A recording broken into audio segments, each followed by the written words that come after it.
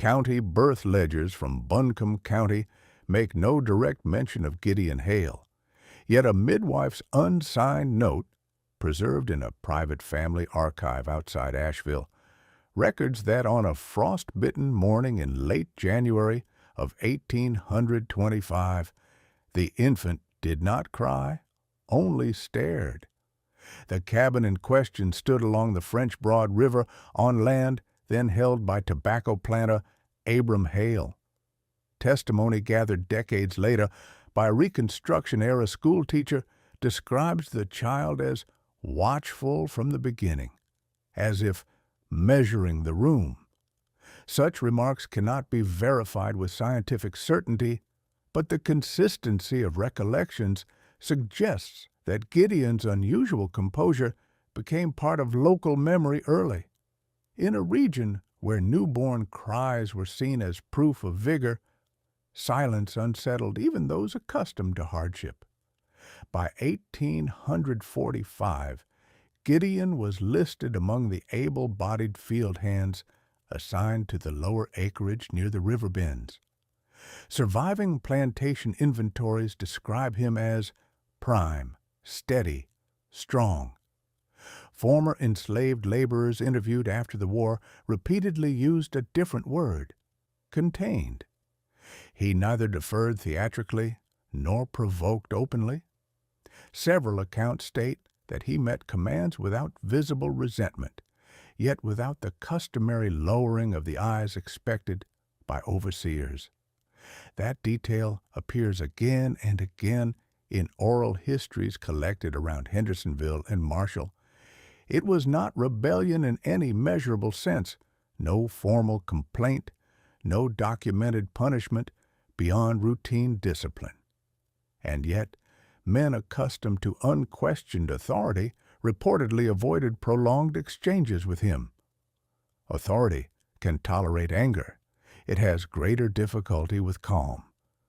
Rumors regarding his parentage surfaced long before he reached full height. Abram Hale's wife, Eleanor, had lost a younger sister, Clara Whitlow, who vanished in the hills roughly 20 years earlier. Church minutes from a Methodist congregation in Asheville record prayers offered for a misguided girl lost to the wilderness. Private correspondence between Eleanor and a cousin in Greenville, dated approximately 1826, references an infant matter best forgotten. No direct link is drawn in ink between that phrase and Gideon.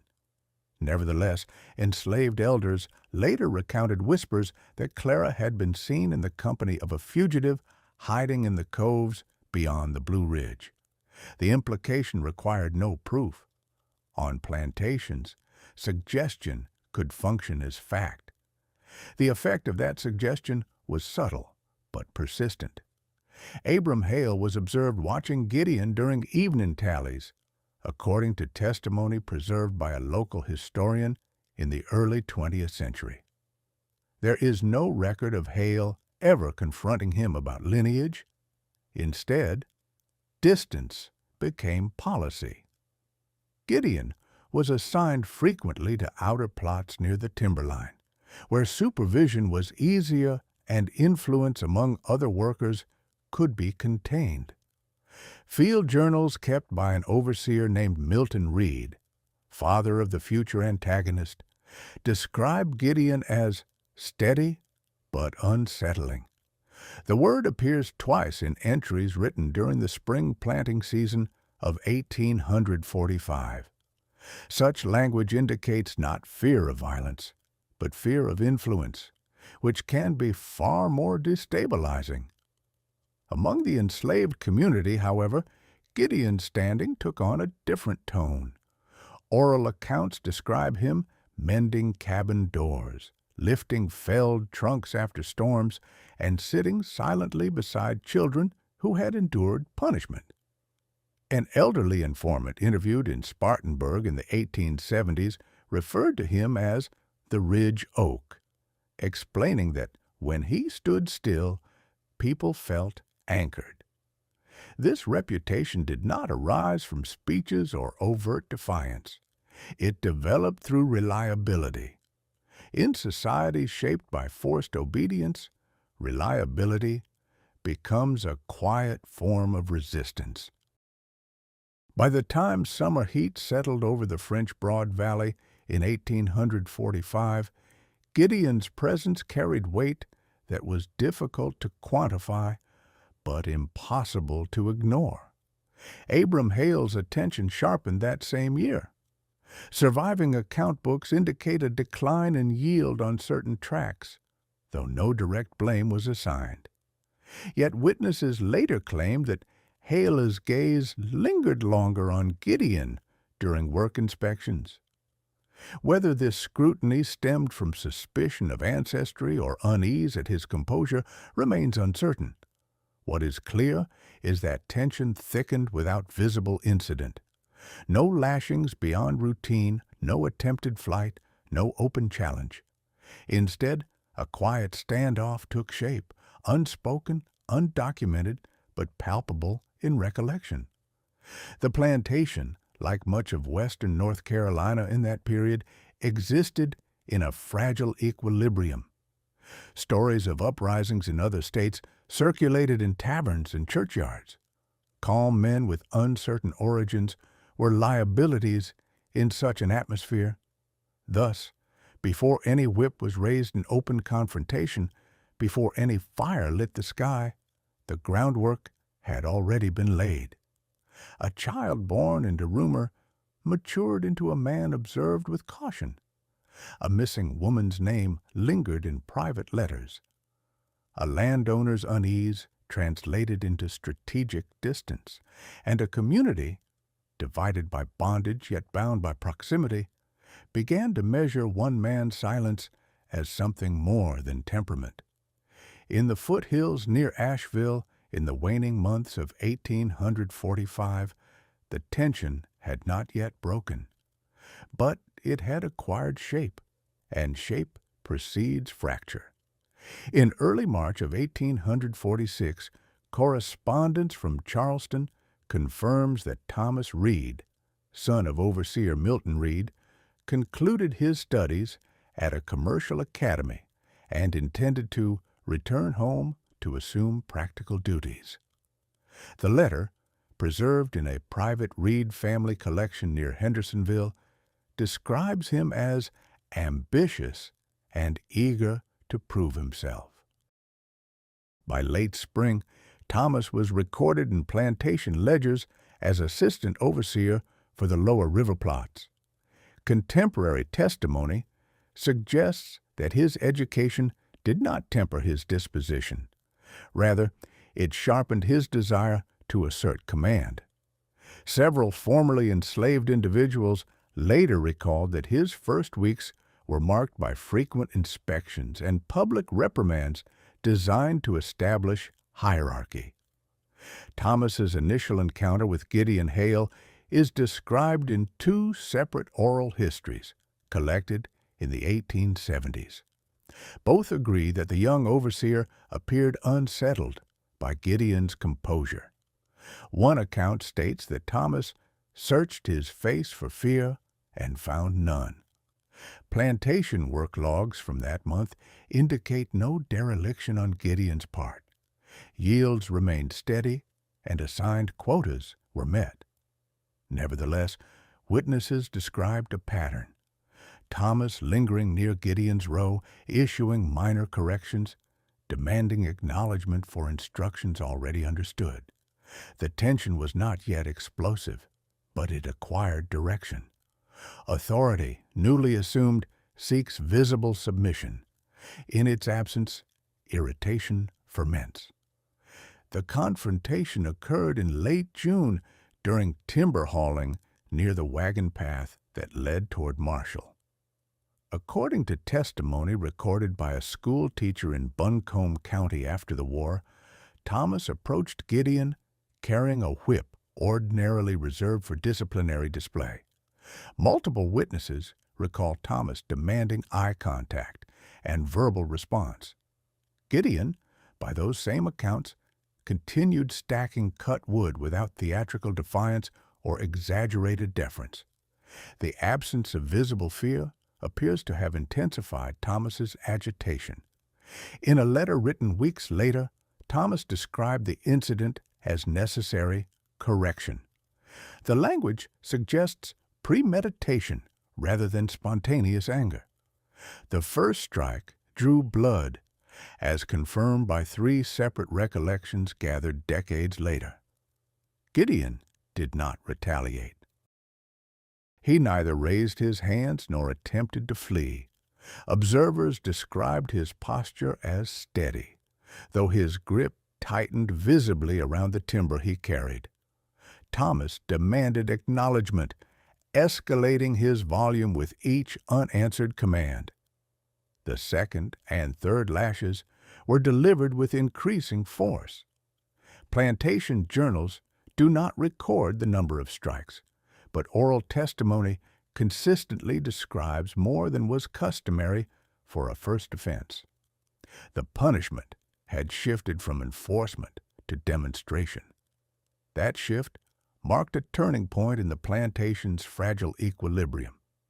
The escalation deepened when, amid his agitation, Thomas knocked over a lantern positioned near stacked crates awaiting transport. Dry grass along the yard edge caught fire within moments. Surviving accounts differ on whether the lantern fell by accident or in rage, yet all agree that flames spread quickly toward the smokehouse and nearby cabins.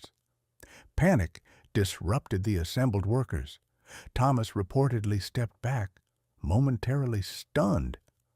At that critical juncture, Gideon broke his stillness, not to strike his assailant, but to intercept the blaze.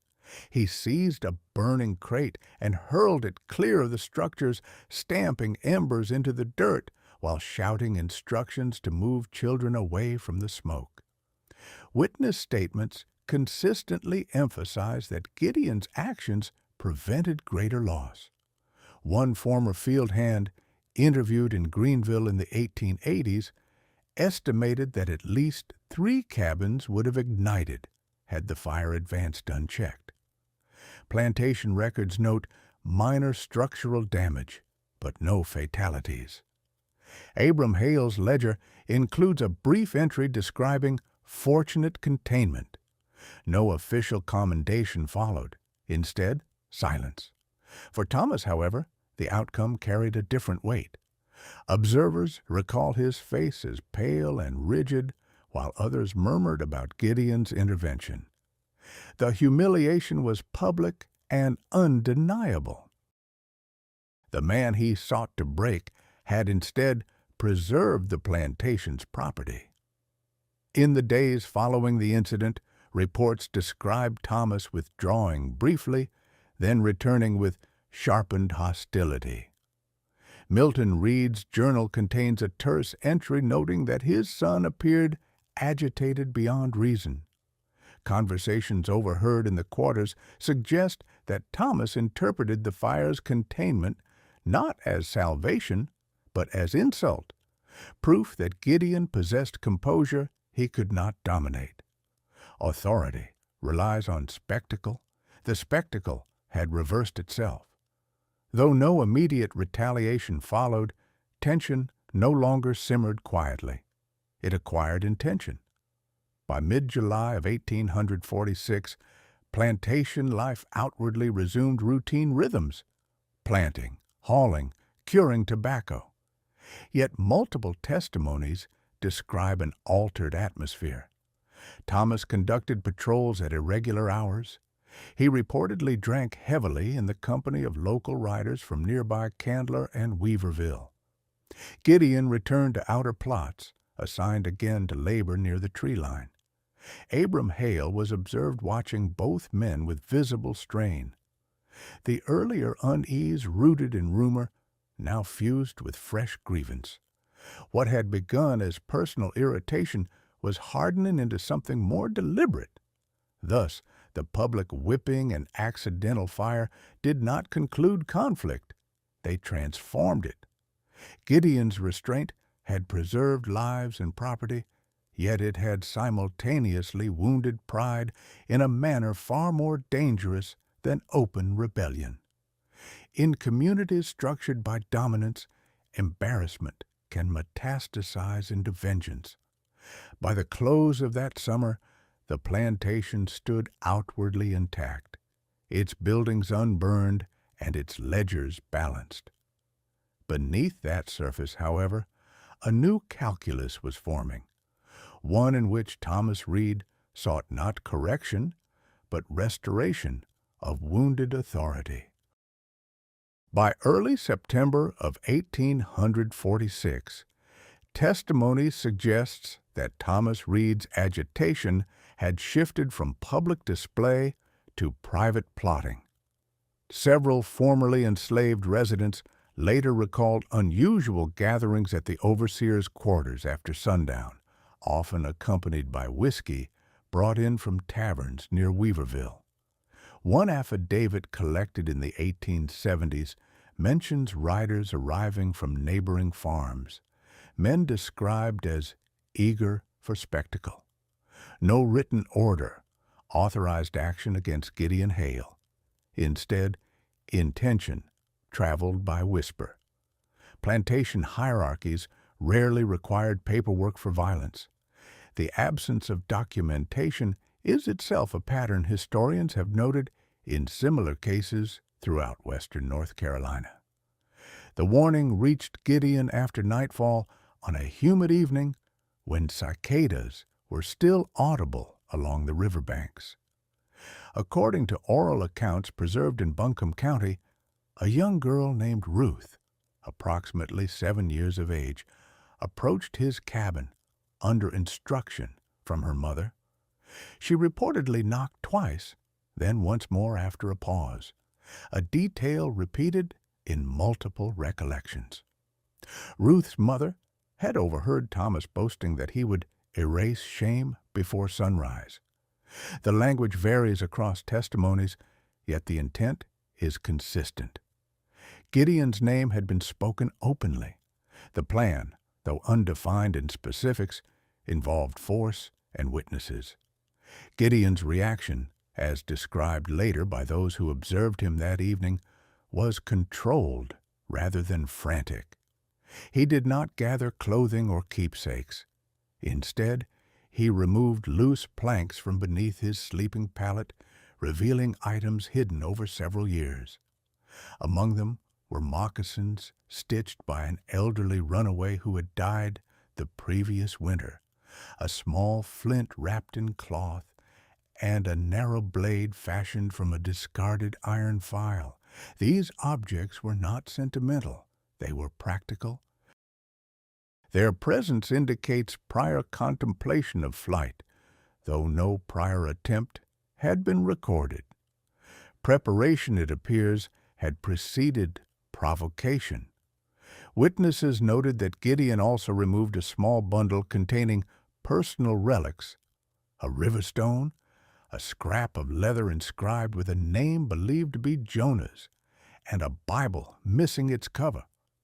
He examined these items but did not pack them. This detail, repeated across accounts gathered in Henderson County, suggests an internal reckoning. The decision forming before him was not merely about movement, but about severance. Plantation life had imposed constraint. Leaving would impose risk. The tools he selected signaled awareness that survival beyond cultivated land required different knowledge than endurance within it. As the night advanced, sounds reported by several cabin residents indicate the arrival of mounted men along the outer path. Hoofbeats, laughter, and the metallic rattle of tack were described in later interviews. Some accounts mention at least 5 riders, others suggest more. No precise count survives in written record. What is clear is that Thomas Reed did not approach alone. Alcohol was said to be evident in raised voices and uneven shouts. The spectacle he had been denied publicly would now be staged privately, away from the structured oversight of daylight labor. Gideon stepped outside before the riders reached the central yard, positioning himself near the tree line. Testimony indicates he did not immediately flee. This hesitation, according to later historians, reflects strategic calculation rather than indecision. Running too soon might have redirected aggression toward the cabins. Remaining too long would invite capture. He waited as torchlight flickered between trunks and shadows lengthened across packed earth. Inside nearby dwellings, families reportedly extinguished lamps and barred doors. Fear, in such settings, spreads without announcement. When the riders entered the clearing, Thomas Reed called Gideon's name with deliberate volume. Multiple accounts describe him carrying a firearm, likely a flintlock pistol common to the region. The riders fanned outward, searching cabins and sheds. One man forced entry into Ruth's family dwelling, dragging her mother into the yard by her hair, accusing her of concealment. This act, recorded in sworn testimony decades later, altered the trajectory of events. What had begun as a hunt for one man widened into collective intimidation. The stakes escalated from personal vengeance to communal terror. Gideon observed from partial concealment near stacked timber. Witnesses differ on how long he remained hidden, yet all agree that the moment Ruth cried out shifted him from calculation to action. He emerged without warning, seized the assailant's wrist, and twisted until bone fractured audibly. The injured man's scream reportedly halted movement across the yard. This intervention was the first open physical resistance attributed to Gideon. It was not symbolic. It was immediate and direct. In that instant, concealment ended. The boundary between endurance and defiance dissolved beneath torchlight. Gunfire followed. Thomas discharged his weapon toward movement at the edge of the clearing. Whether the shot was aimed accurately remains uncertain. No record indicates a wound. Gideon released the injured man and moved toward the darkness beyond the cabins. Riders pursued, shouting promises of capture before dawn. What had been intended as punitive display had transformed into a chase.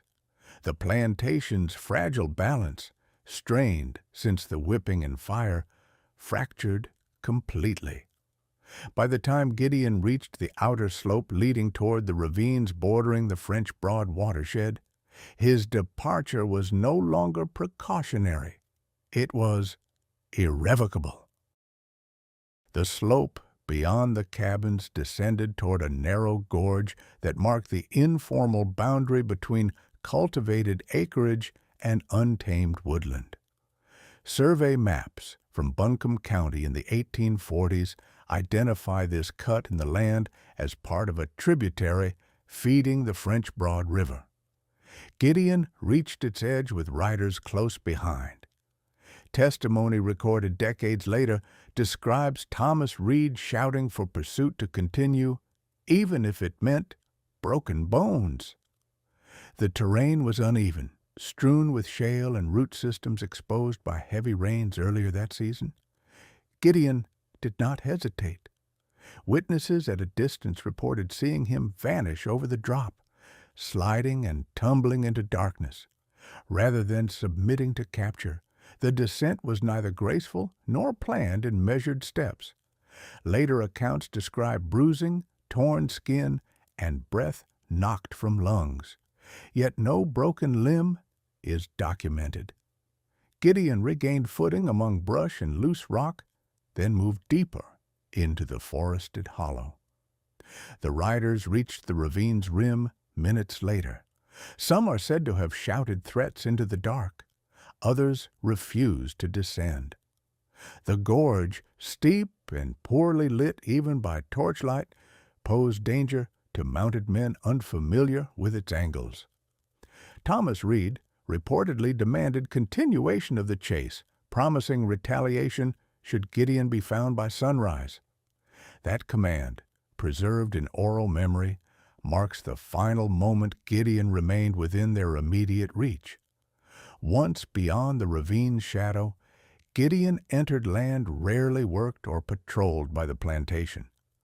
Contemporary hunters' journals describe these hills west of Asheville as dense with laurel thickets and abrupt elevation shifts. Gideon's movement through that terrain, according to later recollections, grew quieter with distance. He did not run blindly. Instead, he adjusted pace, conserving breath, angling uphill where hoofbeats would falter. Riders followed briefly on foot, but no record suggests they advanced far. Plantation correspondence in subsequent days makes no mention of a successful pursuit that night.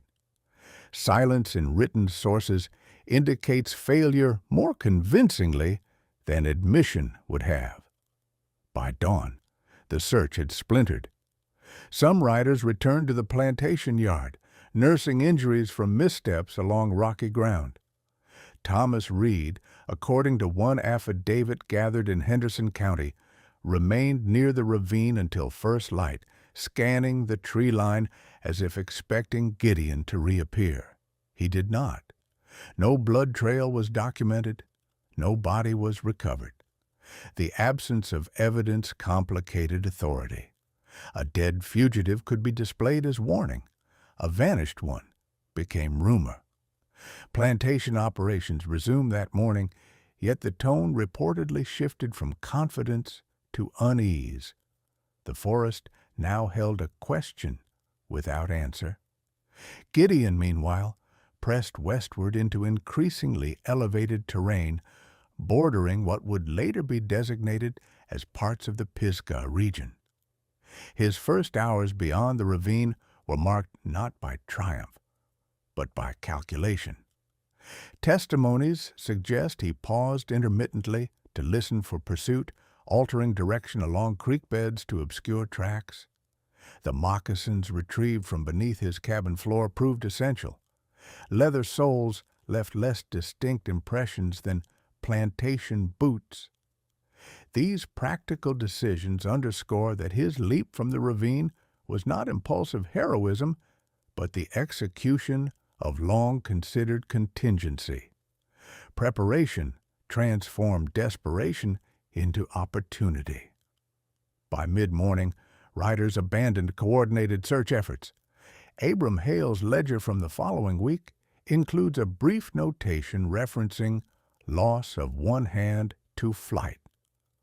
No financial value is attached in that entry, though similar cases in the region sometimes recorded sums ranging from several hundred to over $1,000 depending on skill and age. The absence of such notation suggests uncertainty regarding recovery. Thomas Reed's agitation reportedly intensified in the days that followed, though no additional violence occurred within the quarters immediately. Public failure had replaced anticipated spectacle. As daylight settled over the ridges, Gideon reached higher ground from which cultivated fields were no longer visible. Oral histories describe him pausing to observe smoke rising faintly from distant chimneys along the river valley. That view, recounted many years later, carried symbolic weight for those retelling it. Whether he looked back out of sentiment or strategic assessment cannot be verified. What is certain is that he did not return.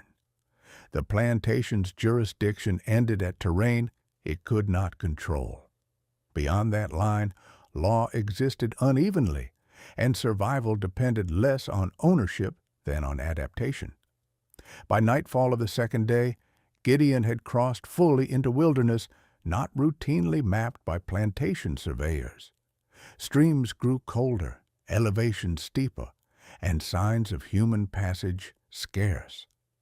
The immediate chase had concluded, but the broader pursuit had only begun. Word of his escape would travel to neighboring farms and towns in coming days. For now, however, the break was complete.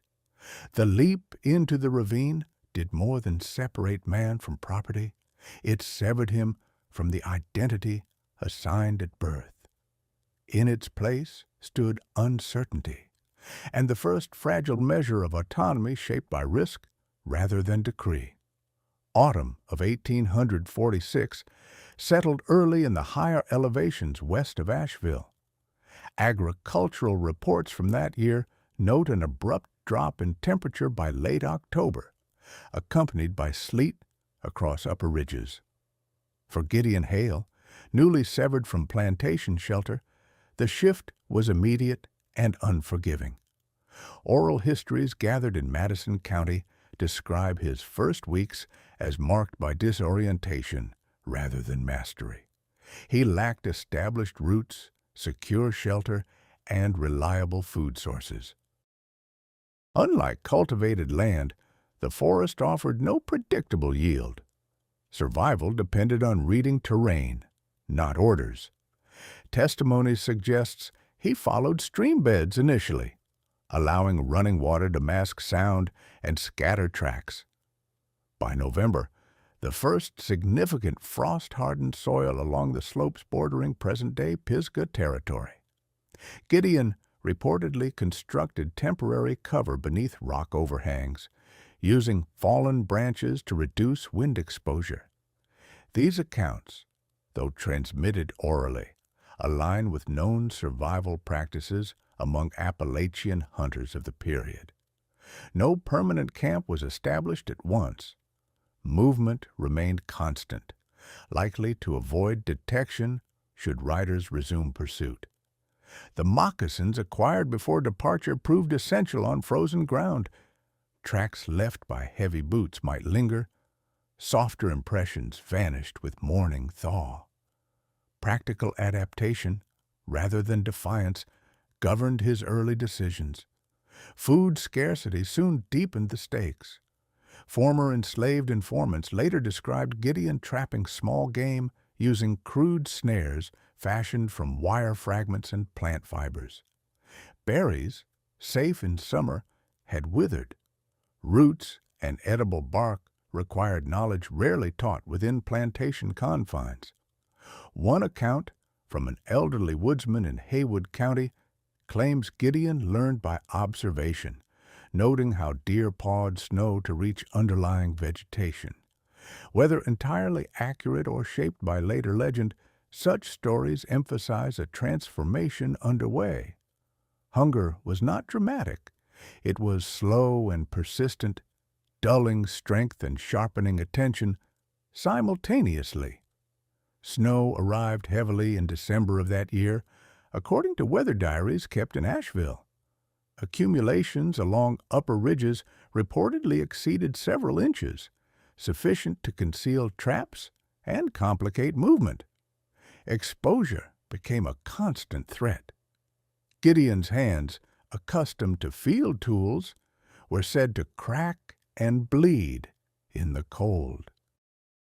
Oral testimony indicates at least one instance in which he nearly succumbed to exhaustion after misjudging distance between water sources. The forest did not distinguish between fugitive and free man. In this environment, error equaled consequence without appeal. It was during these weeks of privation that memory assumed unusual prominence. Several later accounts describe Gideon speaking aloud to the name Jonah, believed to reference a man sold south from the plantation years earlier. While such reports cannot be corroborated by written record, they appear consistently in interviews conducted after emancipation. Jonah represented more than friendship. He embodied unfinished obligation. Gideon's vow, as described by informants, was not solely to live, but to remain alive long enough to learn whether Jonah survived. This internal commitment reframed endurance from mere avoidance into purpose. Gradually, skill began to replace panic. By midwinter, Gideon reportedly identified natural windbreaks and locations where smoke from small fires would disperse against cliff faces rather than rise visibly. Hunter's manuals from the period describe similar techniques, lending plausibility to these recollections. He learned to move at dusk rather than dawn, when frost held tracks longer. Streams became guides rather than hazards. The mountains shifted from adversary to instructor. Survival no longer depended solely on luck. It relied on accumulated observation. As competence increased, so too did the implications of his continued absence. Plantation correspondence from January of 1847 mentions inquiries from neighboring landowners regarding the fugitive's whereabouts. No capture had occurred. No body had been found. In regional economies dependent upon enforced labor, prolonged survival by an escaped man carried symbolic weight. Each week, Gideon remained beyond reach, undermined assumptions of inevitability. Authority depends upon example. The forest now offered a counterexample. By the close of that winter, Gideon was no longer merely enduring. He was adapting with intention. Temporary shelters became deliberate staging points. Traps were placed not only for sustenance, but along likely pursuit paths, suggesting strategic foresight. What began as flight had evolved into study. The mountains west of Asheville were shaping him, hardening judgment and refining patience. The man who leapt into the ravine had acted to escape immediate violence. The figure emerging from winter carried something different. Knowledge that the wilderness, once feared as exile, could function as shield and perhaps eventually as weapon. By early spring of 1847, word of Gideon Hale's continued survival had moved beyond the French Broad Valley into neighboring counties. Notices began appearing in taverns and trading posts in Asheville, Greenville, and Spartanburg. While no original broadside survives intact, references in local newspapers indicate that Abram Hale authorized a reward for the capture of a runaway male, known as Gideon. The amount, according to secondary reports, ranged between $300 and $500, a considerable sum in western North Carolina at the time. The precise figure remains uncertain, but the implication was clear. Gideon's absence had shifted from inconvenience to financial concern. Such announcements altered the nature of pursuit. What had begun as personal humiliation for Thomas Reed expanded into regional incentive. Tavern accounts collected decades later describe men debating terrain, speculating on routes through the Pisgah Ridges, and calculating the likelihood of success. One Greenville merchant's ledger from April of that year notes increased sales of powder and shot, though no direct link to Gideon is documented. In economies where cash was scarce, the promise of several $100s could mobilize even those previously indifferent. Survival had now acquired a price. Rumors evolved as they traveled. In Asheville, he was reportedly called the Ridge Wraith. In Spartanburg, the Smoky Devil. These nicknames appear in oral histories rather than formal record, yet their repetition across counties suggests rapid myth formation. Stories exaggerated his winter endurance, claiming he walked barefoot across frozen streams or vanished when cornered. No verifiable evidence supports such embellishments. However, legend often outruns fact when absence persists. Plantation systems rely upon predictability. Unpredictability breeds narrative. Abram Hale's correspondence from late April references concern that neighboring landowners questioned his ability to maintain order. Though no direct reprimand is recorded, the tone implies reputational strain. A fugitive remaining at large for months undermined assumptions of containment. In some accounts, Hale considered raising the reward to $1,000, though no document confirms such an increase. Even discussion of that sum indicates escalating frustration. Authority, once challenged, seeks reaffirmation through decisive action. By early May, reports surfaced of traps discovered and disarmed along lesser-used mountain paths. Hunters, returning from unsuccessful expeditions, spoke of snares placed at strategic bends and of footprints that vanished along creek beds. One affidavit from a would-be pursuer in Henderson County describes a mind thinking 2 turns ahead. While such statements may reflect wounded pride, they demonstrate a shift in perception. Gideon was no longer viewed merely as a fleeing laborer, but as an opponent capable of planning. That perception deepened stakes beyond monetary value. The bounty also reached ears among free mountain families, some of whom had little allegiance to plantation authority. Oral accounts from Madison County suggest divided opinion. A reward of several $100s represented opportunity, yet many recognized the danger of pursuing a man who had already evaded capture through winter. Fear and greed rarely travel separately. By mid-spring, small groups ventured into the ridges, only to return without success. Each failed search amplified Gideon's reputation. In taverns near Hendersonville, speculation turned theatrical. Stories grew taller with each retelling. Some claimed he commanded wolves. Others insisted he had allies supplying food.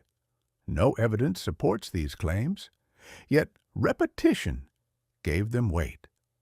Plantation owners responded by securing outbuildings more carefully and advising patrols at irregular intervals. A runaway surviving beyond immediate capture threatened more than property. It threatened precedent. If one man could persist in wilderness, others might attempt the same. Thus, by the onset of summer in 1847, Gideon's identity had shifted from missing laborer to regional subject of pursuit. The bounty transformed personal conflict into public enterprise.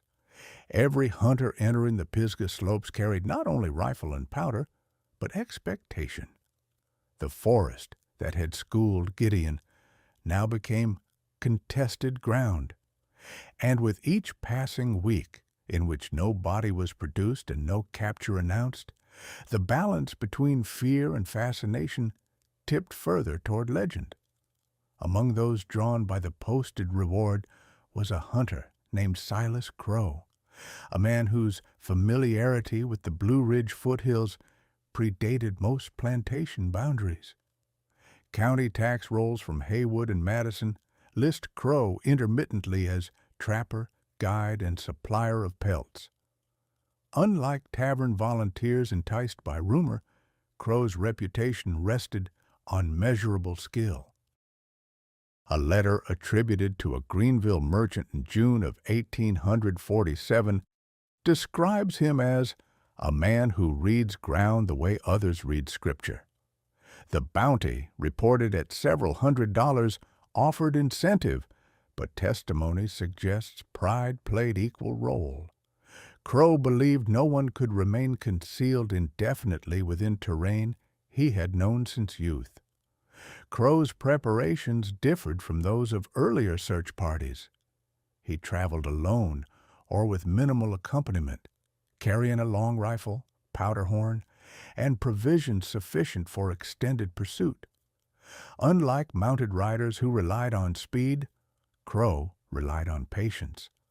Oral histories recount that he studied water crossings for displaced stones and examined bent grass for directional clues. His approach transformed the hunt from spectacle into discipline.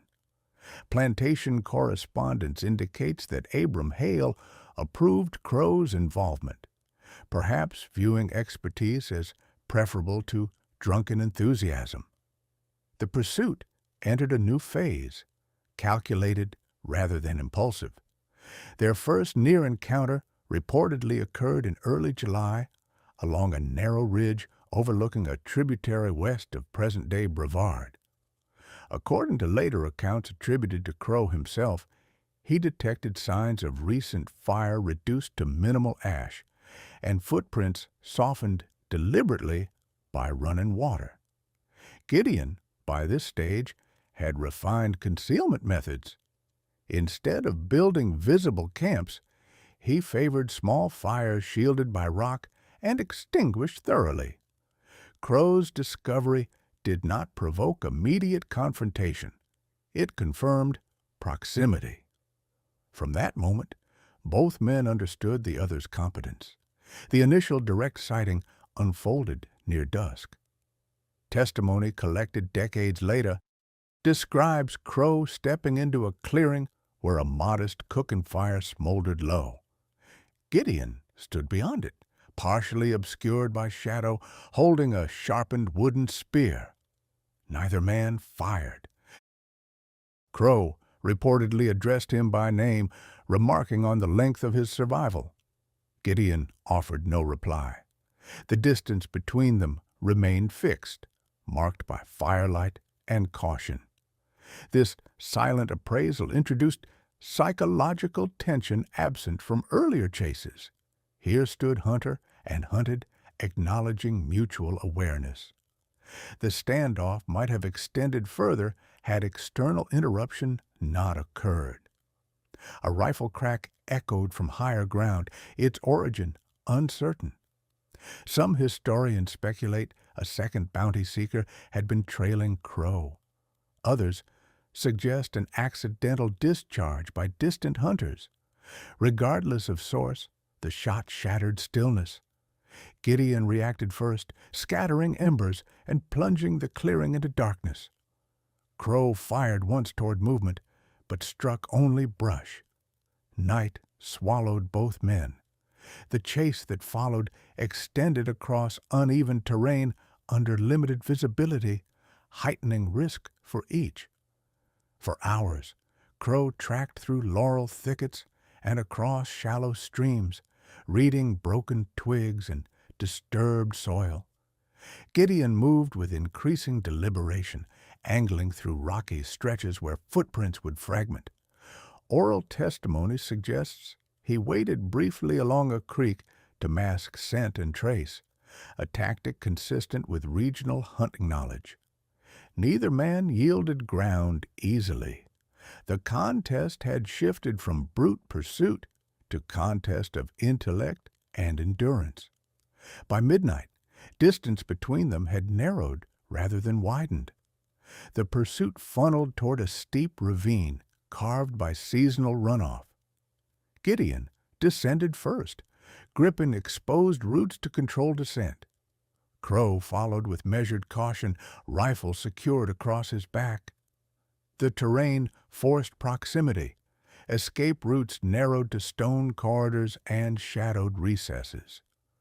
Crow later recounted in an interview that he sensed Gideon waiting rather than fleeing outright. Whether this perception reflected fact or retrospective embellishment remains uncertain. What is clear is that flight alone no longer defined Gideon's strategy. At the base of the ravine lay the mouth of a shallow cavern formed by erosion. Gideon entered, positioning himself beyond immediate sight. Crow advanced after brief hesitation. Inside, visibility diminished to outlines. According to accounts gathered after the war, Crow called out an offer promising fair treatment in exchange for surrender. No documentary evidence suggests such assurances were binding. Gideon did not respond verbally. Instead, as Crow crossed the threshold, a stone struck the wall near his head, forcing reflexive movement. The confrontation that followed was immediate and physical. Rifle discharged once within confined space, its shot deflected by rock. The weapon fell as bodies collided. Later testimony describes grappling, strikes exchanged in darkness, and both men sustaining injury. Crow reportedly gained momentary advantage, seizing Gideon by the throat and pressing him against stone. Gideon, weakened by pressure yet driven by survival, grasped a jagged rock and struck Crow's forearm, then his temple.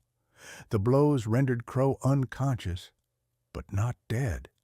The cave, silent moments before, bore witness to a reversal of roles. By the time moonlight filtered faintly into the cavern entrance, Gideon stood over the fallen hunter. The rifle lay within reach. Powder and knives were accessible. In that pause, according to consistent oral tradition, a decision crystallized. Killing Crow would eliminate immediate threat, but likely summon greater retaliation. Sparing him carried risk, yet preserved ambiguity. The chase had culminated not merely in physical victory, but in moral crossroad. What Gideon chose next would shape not only his survival, but the story that traveled beyond these hills. Silas Crow regained consciousness sometime before dawn, according to his later account given to a magistrate in Greenville in the early 1850s. He reported lying near the mouth of the ravine cavern, wrists unbound, but his rifle dismantled and powder horn emptied onto the ground. His hunting knives were gone. Beside him rested a small parcel of provisions, dried meat, and a strip of cloth to bind his bleeding forearm. Crow stated that Gideon Hale had neither spoken nor threatened him after the fight. The absence of further violence struck Crow more forcefully than the blows themselves. In sparing the hunter, Gideon altered the narrative from brute confrontation to deliberate restraint. Crow's testimony, though shaped by pride and perhaps humiliation, aligns with oral accounts collected in Buncombe and Haywood counties. Gideon reportedly dragged Crow from the deeper recess of the cavern to a position where daylight could reach him. This detail suggests calculation rather than impulse. Leaving a wounded man in darkness would have ensured death by exposure or injury. Instead, Gideon removed ammunition and edged weapons, reducing immediate danger while preserving the hunter's chance of survival. Such an action complicates simplistic portrayals of vengeance. It indicates strategic awareness. Killing Crow might invite broader manhunts backed by larger rewards. The decision to spare Crow marked a shift in regional perception once the hunter returned. By late July of 1847, word circulated that Crow had confronted Gideon and lived. Tavern recollections in Asheville describe Crow acknowledging the fugitive's strength and skill without embellishing supernatural qualities. This acknowledgment carried weight. Crow was not known for exaggeration. His survival served as evidence that Gideon was neither phantom nor invincible spirit, but a man capable of overpowering a seasoned tracker and choosing not to end his life. That distinction deepened intrigue. Abram Hale's reaction, as reflected in sparse ledger notes, suggests renewed frustration. An entry from early August references additional expense for pursuit, though no specific sum is recorded. Discussions among neighboring landowners reportedly considered increasing the reward beyond several $100s, possibly approaching $1,000, though documentary proof of such escalation remains inconclusive. What is certain is that Crow's survival deprived Plantation Authority of closure. Had Crow returned with a corpse, the matter might have ended. Instead, he returned with testimony of mercy intertwined with warning. Gideon, meanwhile, did not linger near the ravine after Crow's departure. Oral histories indicate he relocated camp deeper into less traveled hollows near the headwaters feeding into the French Broad watershed. His movements became less reactive and more anticipatory. Traps were positioned not solely for sustenance, but along likely approach routes. He studied how sound traveled across ridges and adjusted fire placement accordingly. The forest, once obstacle, now functioned as structured terrain under his observation. Survival had matured into tactical command. Reports from would-be pursuers in Henderson County during late summer described frustration bordering on superstition. Hunters claimed to sense watchful presence without glimpsing its source. While such language likely reflects heightened anxiety rather than literal surveillance, it illustrates psychological reversal. Gideon was no longer merely evading, he was shaping perception. The man who had fled down a ravine months earlier now influenced behavior across multiple counties. The bounty remained posted, yet fewer volunteers answered. Risk calculations shifted when the hunted demonstrated both competence and restraint. Crow himself refrained from further pursuit, according to statements attributed to him in later years. He reportedly remarked that Gideon owed him nothing and chose mercy. Whether motivated by respect or practicality, Crow's withdrawal signaled acknowledgment of altered balance. Plantation representatives could commission other trackers, but few possessed Crow's familiarity with those ridges. His departure from the hunt left a void filled increasingly by rumor rather than skill. By the close of summer in 1847, Gideon's sparing of Crow had begun to function as narrative pivot. Among enslaved communities in Buncombe and Madison counties, stories circulated not only of endurance, but of measured power. Mercy, in this context, did not diminish threat. It magnified it. A man who could kill and chose not to appeared governed by principle rather than impulse. That perception complicated the plantation's portrayal of him as mere criminal property. Thus, the cavern confrontation did more than resolve immediate danger. It redefined Gideon's identity in regional consciousness. He had crossed from fugitive to adversary worthy of respect, from prey to calculating presence within the mountains. The decision not to end Crow's life ensured that the tale would travel farther than any rifle shot. In sparing one man, Gideon amplified his own legend, setting conditions for what would follow across the ridges and valleys of western North Carolina. By early autumn of 1847, Gideon Hale's movements through the upper ridges bordering Pisgah had acquired discernible pattern. Testimonies gathered in Madison and Haywood counties describe hidden shelters constructed beneath rock shelves, stocked modestly with dried meat and flint. These were not permanent dwellings, but rotating stations, positioned to allow retreat in multiple directions. Hunters returning from unsuccessful excursions reported abandoned fire sites reduced carefully to ash and dispersed with soil. Such consistency indicates method rather than improvisation. Gideon no longer reacted solely to pursuit. He anticipated it, preparing terrain in advance. Accounts from Henderson County suggest that at least 2 separate hunting parties encountered traps set along narrow passes. These devices were not lethal, but disabling. Snare lines positioned at ankle height or concealed pits shallow enough to injure without killing. One affidavit dated late October of that year records a fractured wrist sustained by a pursuer who misjudged footing along a concealed drop. Whether Gideon intended to maim or merely deter remains uncertain. What is evident is that he adjusted tactics from evasion to selective engagement. The forest itself began functioning as extension of his judgment. Meanwhile, plantation correspondence from Abram Hale reveals mounting anxiety.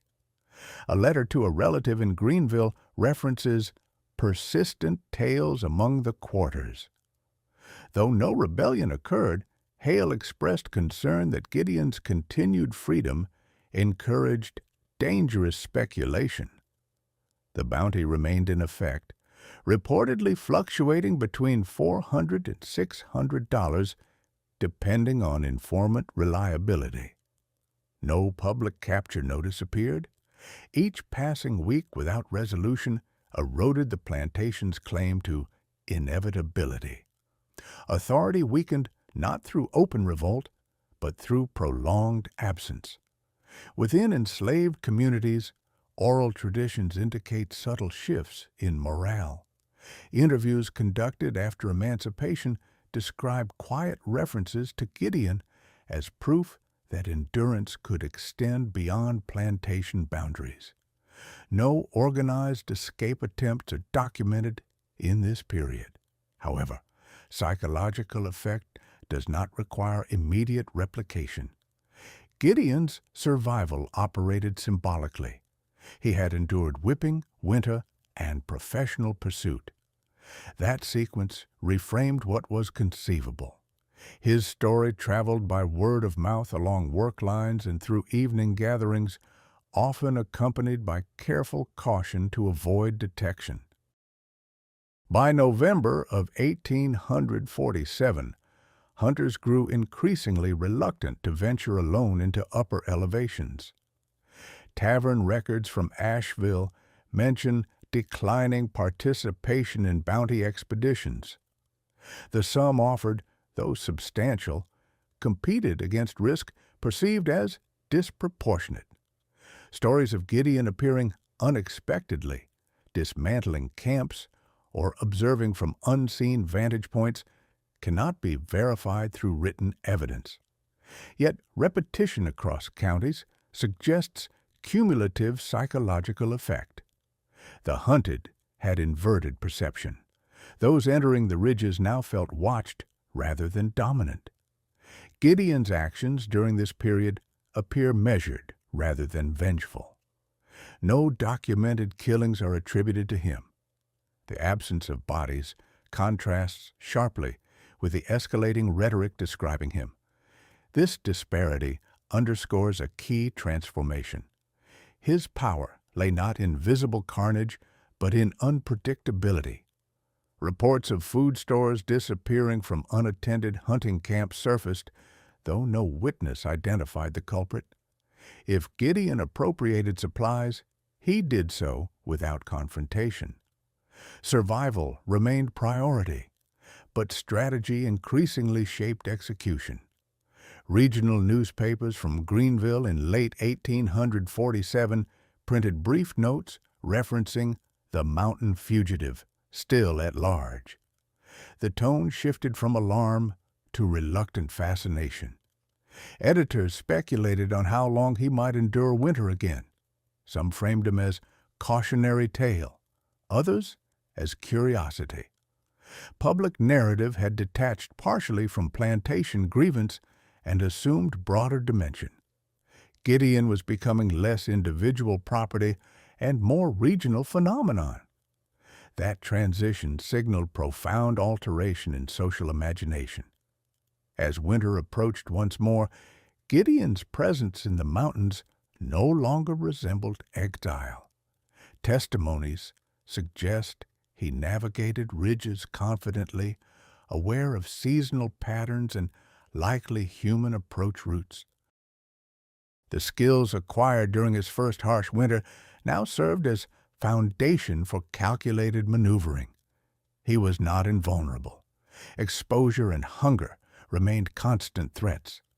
Yet competence reduced unpredictability on his side while amplifying it for pursuers. Balance of fear shifted incrementally. By the close of that year, Gideon Hale occupied a paradoxical position within western North Carolina. To plantation owners, he represented unresolved defiance. To hunters, he embodied difficult quarry. To enslaved communities, he symbolized possibility constrained by caution. His transformation from fugitive to enduring presence had not occurred through spectacle, but through persistence and restraint. Each calculated act reinforced a narrative difficult to suppress. The mountains, once backdrop to his flight, now functioned as stage upon which identity and legend converged, setting conditions for the final diffusion of his story beyond any single county's reach. By the spring of 1848, references to Gideon Hale in plantation records diminished noticeably. Abram Hale's ledgers, once marked by notes of expense related to pursuit, returned to routine entries of crop yield and supply orders. The absence of continued accounting for bounty payments suggests either resignation or strategic silence. Meanwhile, oral histories from Madison and Haywood counties indicate that Gideon's movements became less reactive and more integrated into seasonal rhythms. He was reportedly seen at a distance by isolated homesteaders who chose not to report him. No written contracts confirm assistance, yet anecdotal testimony implies that some mountain families valued distance from plantation disputes more than promised reward. Reports from Greenville newspapers during the summer of 1848 adopted a markedly different tone. Short columns referred to the Ridge Wraith almost as local folklore rather than active threat. No new bounty increase was documented. Plantation owners in Buncombe County are said to have reinforced patrol routines temporarily, yet enthusiasm for organized search waned. A fugitive who persisted beyond 2 winters without capture defied standard expectations of attrition. Each season he survived weakened the narrative of inevitability upon which slaveholding authority depended. Within enslaved communities along the French Broad Valley, Gideon's name assumed careful, almost coded usage. Interviews conducted after emancipation describe elders cautioning younger listeners not to repeat stories openly. Yet the stories traveled nonetheless. He was said to appear where hunters grew careless, to dismantle traps meant for him, to leave signs that he had passed but could not be followed. Whether embellished or not, such tales functioned as quiet reinforcement of endurance. He became less a man to emulate directly and more a reminder that constraint was not absolute. By late autumn of 1848, the monetary value attached to his capture, once reported between $400 and $600, was rarely mentioned in taverns. Tavern ledgers from Asheville show declining purchases of powder explicitly tied to pursuit. Conversations shifted to new concerns: crop fluctuations, regional politics, the growing national debate over slavery's expansion. Gideon's individual case dissolved into broader currents, yet his continued absence lingered as unresolved fact. He had not been retrieved, punished, or publicly displayed.